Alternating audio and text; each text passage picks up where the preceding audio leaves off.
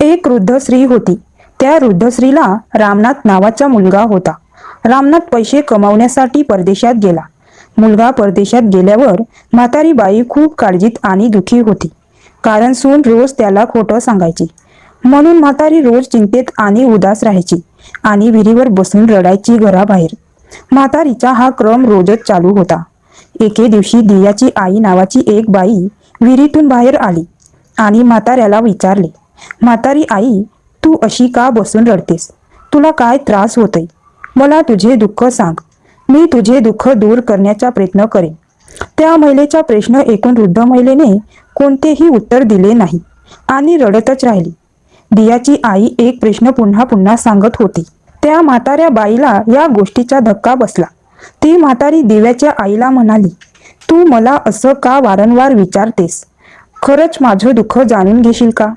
वृद्ध स्त्रीचे म्हणणे ऐकून दिव्याच्या आईने उत्तर दिले, मी नक्कीच तुमचे दुःख दूर करण्याचा प्रयत्न करेन.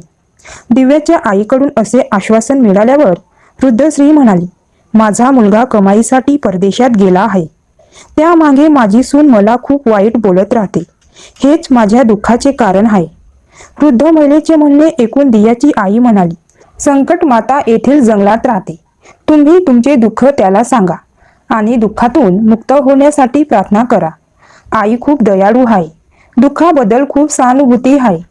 ती निपुत्रिकांना निपुत्रिक, गरीब श्रीमंत, दुर्बलांना बलवान आणि दुर्दैवी भाग्यवान बनवते. तिच्या कृपेने सौभाग्यवती स्त्रियांचे भाग्य अढळ होते. अविवाहित मुलींना इच्छित वर मिळतो. रुग्णाची रोगमुक्ती होते. याशिवाय जी काही इच्छा असेल ती ती पूर्ण करते. यात शंका नाही. दिव्याच्या आईचे असे अप्रतिम बोलणे ऐकून ती वृद्ध स्त्री संकट मातेकडे गेली आणि तिच्या पाया पडून शोक करू लागली.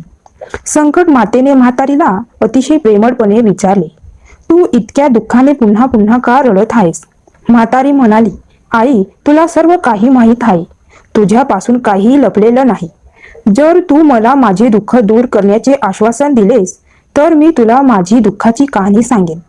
वृद्ध महिलेचे म्हणणे ऐकून संकट माता म्हणाली, प्रथम तुझे दुःख सांग. दुःखाचे दुःख दूर करणे हे माझे काम आहे. संकट माता असे म्हणताच म्हातारी म्हणाली, आई, माझा मुलगा परदेशात गेला आहे.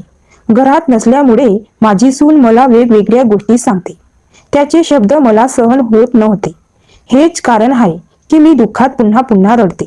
वृद्ध महिलेची ही वेदनादायक कहाणी ऐकून संकट माता म्हणाली, तुम्ही घरी जा आणि माझी मनोकामना इच्छा मागून माझी पूजा करा. तुमचा मुलगा सुखरूप घरी परत येईल. माझ्या पूजेच्या दिवशी विवाहित महिलांना बोलावून खाऊ घाला. असे केल्याने तुमचा मुलगा नक्कीच तुमच्याकडे येईल. संकट मातेच्या युक्तीनुसार त्या वृद्ध महिलेने इच्छा मागून पूजा केली आणि विवाहित महिलांना जेवणासाठी बोलावले. मात्र विचित्र गोष्ट घडली. जेव्हा वृद्ध महिलेने महिलांसाठी लाडू बनवण्यास सुरुवात केली तेव्हा 7 ऐवजी 8 लाडू बनवण्यात आले. यामुळे म्हातारी चांगलीच गोंधळली. असे होण्याचे कारण काय? मी मोजण्यात चूक करत नाही किंवा आपोआप 8 लाडू बनवण्यामागे आणखी काय कारण आहे?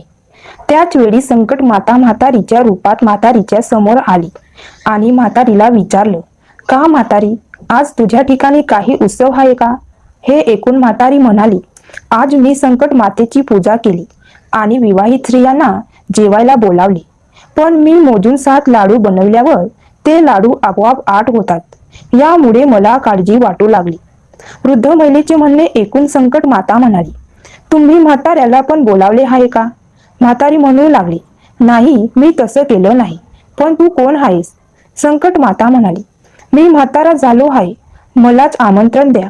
हे ऐकून वृद्ध महिलेने संकट मातेला वृद्ध स्त्रियांच्या रूपात भोजनासाठी आमंत्रित केले.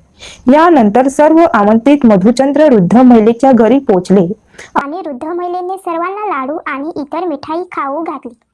यामुळे संकट माता वृद्ध महिलेवर खूप प्रसन्न झाली आणि आईच्या कृपेने वृद्ध महिलेच्या मुलाला आई आणि पत्नीला भेटण्याची इच्छा झाली आणि तो आपल्या घरी निघून गेला.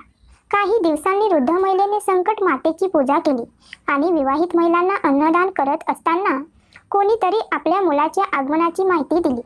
परंतु वृद्ध स्त्री आपल्या कामात मग्न होती. मुलाच्या सुनेला पतीच्या आगमनाची बातमी समजली आणि ती ताबडतोब पतीचे स्वागत करण्यासाठी घराकडे निघाली. मुलाने आपल्या बायकोला पाहिले आणि मनात विचार केला, माझी बायको माझ्यावर किती प्रेम करते. ती बातमी मिळताच मला भेटायला आली, पण माझ्या येण्याची बातमी मिळूनही माझी आई माझ्यावर अजिबात प्रेम करत नाही. माझी आई मला भेटायला आली नाही. पूजेचे काम आटोपल्यावर सर्व विवाहित महिला जेवण करून आपल्या घरी परतल्या. वृद्ध महिला आपल्या मुलाला भेटण्यासाठी धावली. आई आल्यावर मुलाने विचारले, आजपर्यंत आई कुठे होती. आई म्हणाली, बेटा, तुझ्या कल्याणासाठी मी संकट मातेकडे इच्छा मागितली होती. संकट मातेच्या कृपेने त्यांचे मन पत्नीपासून दूर गेले. तो आईला म्हणाला, आई, एक तर मी इथेच राहीन किंवा ती इथेच राहील. म्हातारी म्हणाली, बेटा, मी तुला खूप तपश्चर्या करून शोधले आहे, म्हणूनच मी तुला सोडू शकत नाही. म्हणूनच मला माझ्या सुनेचा त्याग करावा लागला, तरी मी ते करू शकते. म्हणून त्या मुलाने आपल्या पत्नीला घराबाहेर हाकलून दिली.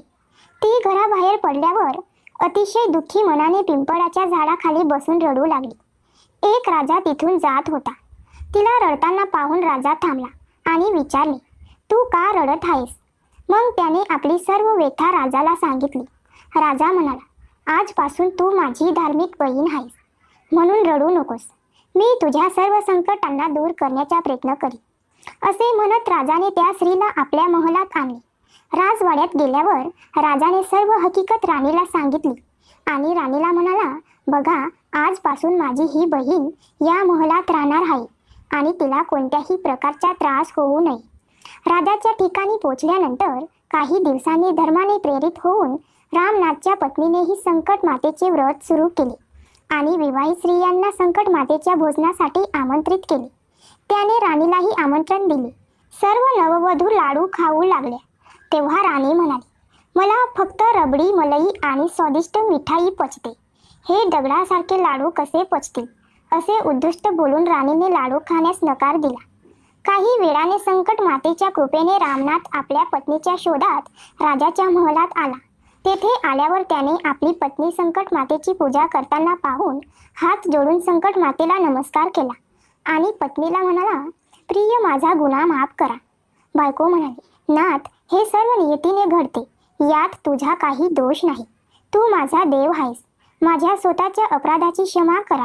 असे सांगून दोघांनीही संकट मातेची व्रत कथा विधिवत श्रवण करून संकट मातेची पूजा केली. पूजा उरकवून विवाहित महिलांना आनंद उत्सव साजरा करून पती पत्नी दोघेही घरी जाण्यासाठी तयार झाले. निघताना रामनाथची पत्नी राजा आणि राणीला म्हणाली, मी संकटात असताना तुम्ही लोकांनी मला धार्मिक बहीण बनवून आश्रय दिला होता.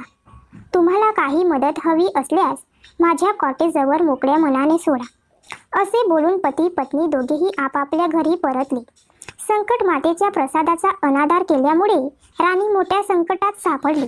रामनाथाची सून निघून जाताच तिचा वाडा उद्ध्वस्त झाला. अशा संकटात पडून राणी राजाला म्हणाली, ती तुझी धार्मिक बहीण कशी होती माहीत नाही. ती निघताच सर्व काही उद्ध्वस्त झाले. राणी राजाला म्हणाली, निघताना ती म्हणाली होती की मी संकटात असताना तुझ्या घरी आले आणि तुला काही त्रास झाला तर तू माझ्या घरी या, म्हणून आपण तिच्या घरीच थांबले पाहिजे. असा विचार करून राजा आणि राणी दोघेही आपल्या धार्मिक बहिणीच्या घरी गेले आणि तेथे गेले. राणी म्हणाली, बहिणी, तू निघून गेल्यावर काय झाले की आमची सर्व संपत्ती नष्ट झाली. आम्ही खूप संकटात आहोत. राणीचे म्हणणे ऐकून रामनाथची पत्नी म्हणाली, बहिणी, मला काही कळत नाही. माझी सर्व करता संकट माता आहे, याशिवाय दुसरी कोणीही नाही. म्हणूनच माझ्या मते तुम्ही तुमच्या चुकांसाठी संकट मातेची माफी मागावी. तिची समजूत घालून तुमचे काम होईल. तुमची सर्व वाईट कर्मे आपोआप सुधारतील. रामनाथच्या पत्नीने म्हणणे ऐकून राणीने संकट मातेचे व्रत भक्तिभावाने केले आणि विवाहित स्त्रियांना भेटून आपल्या न कळत झालेल्या सर्व चुकांसाठी संकट मातेची वारंवार क्षमा मागितली. राणीने असे करताच संकट माता प्रसन्न झाली आणि रात्री स्वप्नात राणीला म्हणाली, तुम्ही दोघी पती पत्नी तुमच्या महलात जा. तेथे जाऊन माझी पूजा करा आणि माझे लग्न करा. सकाळी राणीने आपले स्वप्न राजाला सांगताच राणीचे म्हणणे ऐकून राजा राणीला सोबत घेऊन आपल्या महलाकडे निघाला. पूजा करून विवाहित स्त्रियांना भोजन दिले. या कृत्याने त्यांचे सर्व बिघडले काळ सुधारला आणि त्यांना संपूर्ण राजपद परत मिळाले आणि ते पूर्वीसारखे राज्य भोगू लागले.